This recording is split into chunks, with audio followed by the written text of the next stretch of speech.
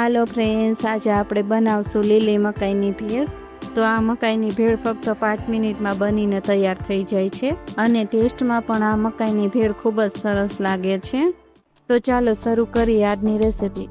મકાઈની ભેળ બનાવવા માટે અહીંયા મેં 2 મકાઈ બાફેલી લીધી છે। 2 મકાઈના ડોડાને બાફી અને આ રીતના દાણા કાઢીને લીધા છે। મકાઈના દાણાને આપણે મોટા વાસણમાં એડ કરી દેશું। મીડિયમ સાઈઝની 2 ડુંગળી આમાં કાપેલી નાખી દેશું। મીડિયમ સાઈઝના 2 ટમેટા આપણે કાપેલા છે ને તેને આમાં એડ કરી દેશું। એક મોરું મરચું છે તેને આ રીતના કાપી લીધેલું છે, આપણે એને એડ કરી દેશું। નાના બાળકો ખાતા હોય તો તમે અહીંયા મરચાંને સ્કીપ કરી શકો છો। હવે ઝીણી કાપેલી કોથમીર આમાં એડ કરી દેશું। અડધા લીંબુનો રસ આમાં એડ કરી દેશું।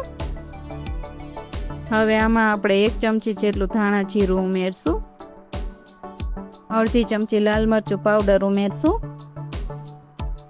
સ્વાદ પ્રમાણે આપણે મીઠું ઉમેરશું। થોડુંક આપણે સંચર પાવડર નાખશું। હવે આ બધું એકવાર સરસ રીતના મિક્સ કરી લઈએ।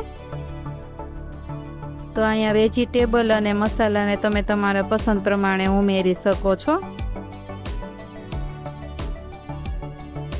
તો આ બધું એકવાર આપણે સરસ રીતના મિક્સ કરી લીધું છે। હવે આ ભેળને વધારે ટેસ્ટી બનાવવા માટે મેં અહીંયા ચણાની લોટની સેવ લીધી છે। તો આ સેવ આપણે ઘરે જ બનાવેલી છે। સેવનો વિડીયો તમારે જોવો હોય ને તો આપણી ચેનલમાં મેકેલો છે, તેમાં તમે ક્લિક કરી અને જોઈ શકો છો। તો આ સેવને આપણે સરસ રીતના મિક્સ કરી લેશું। તો આ સેવ આપણે સરસ રીતના મિક્સ કરી લીધી છે।